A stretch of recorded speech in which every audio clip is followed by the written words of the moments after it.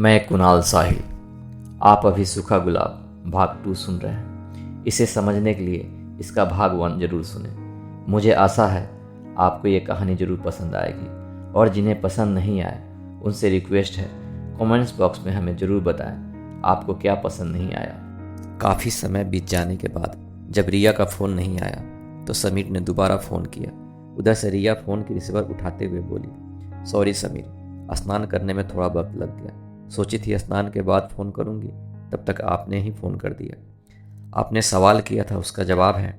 बीच में ही समीर बोल पड़ा, देखो रिया, मुझे ये भी नहीं पता कि आपका नाम रिया है या कुछ और, क्योंकि फ़ोन पे अक्सर लोग झूठ बोलते हैं। इससे मुझे कोई मतलब नहीं है, और मैं ये भी नहीं जानता कि आपका जवाब क्या होगा।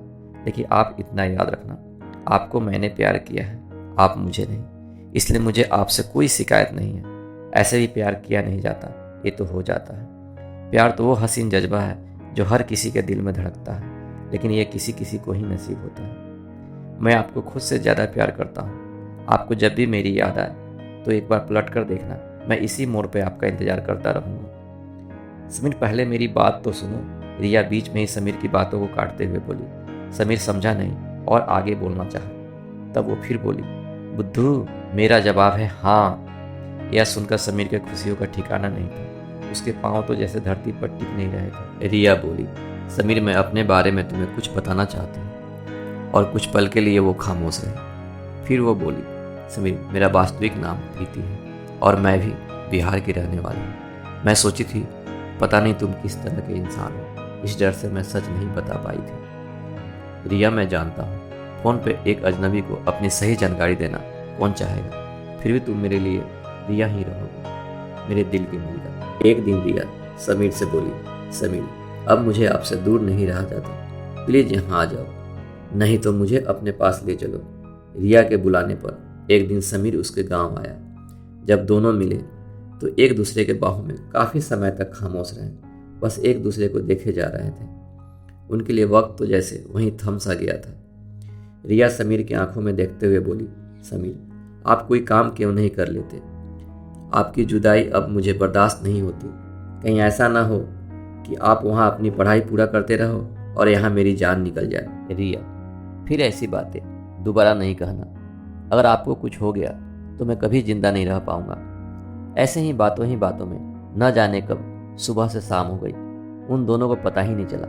अंत में रिया ने समीर से घर जाने के लिए इजाज़त लेते हुए बोली, अब मुझे घर जाना होगा। और रिया घर जाते समय एक लाल गुलाब समीर को देते हुए बोली, सालों बाद न जाने क्या समा होगा, हम में से न जाने कौन कहाँ होगा। फिर मिलना हो तो मिलेंगे यादों में, जैसे सूखे गुलाब मिलते हैं किताबों में। रिया अपनी अश्कों को छुपा न सकी और मुड़कर वहाँ से चली गई। समीर भूत की तरह खड़ा होकर उसे जाते हुए देखता रहा, जब तक वो आंखों से ओझल नहीं हो गई। उसके जाने के बाद वह बोझिल कदमों से अपने घर को लौट आया। एक दिन रिया का फ़ोन आया। वो अपने भाई की शादी में गांव जा रही थी। उसे जाते वक्त समीर ने बोला, रिया, वहाँ जाकर मुझे भूल तो नहीं जाओगी? क्योंकि शादी में सभी की निगाहें तो आप पे ही होगा। कहीं ऐसा ना हो कि उस भीड़ में आप मुझे भूल जाओ। रिया, वहाँ जाकर इतना ज़रूर याद रखना, आप मेरी धड़कन हो, मेरी सांसें हो, मेरा सब कुछ आप ही हो। आपके बगैर मैं बिल्कुल अधूरा हूँ। रिया वहाँ जाकर 2-3 दिनों तक समीर को फ़ोन करती रही।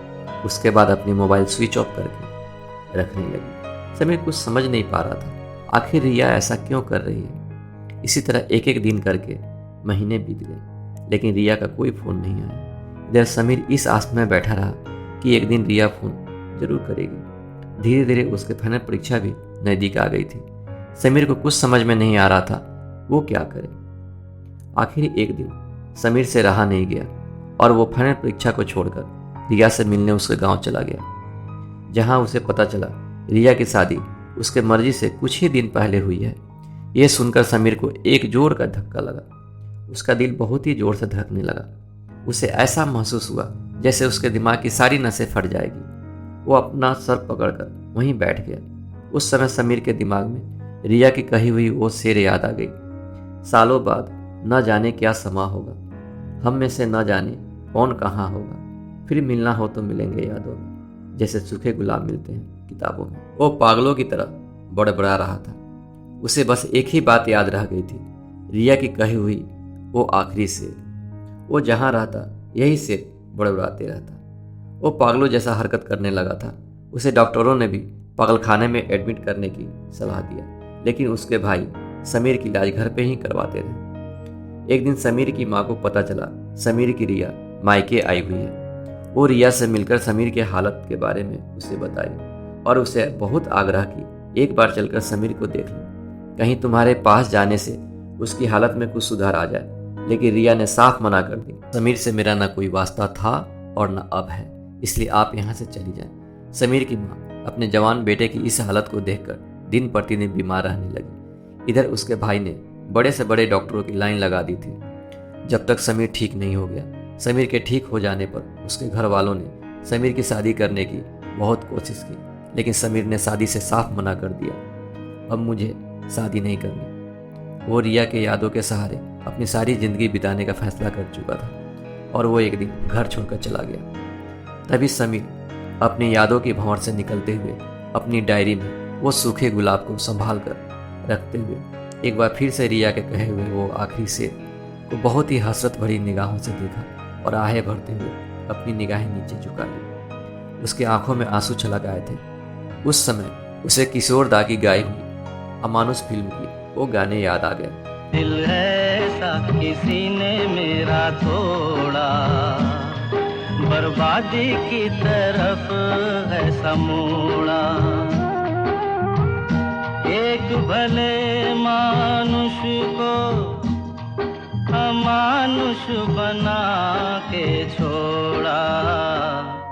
दिल ऐसा किसी ने मेरा तोड़ा, बर्बादी की तरफ ऐसा मोड़ा। और मन ही मन वो बुदबुदा रहा था।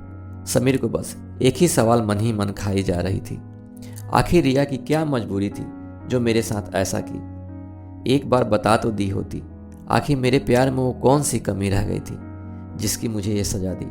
उसकी आंखों से अश्कों की धारा मोती की तरह गिर रहे थे, जो उसके गालों से होकर उसके शर्ट को भिगो रहे थे।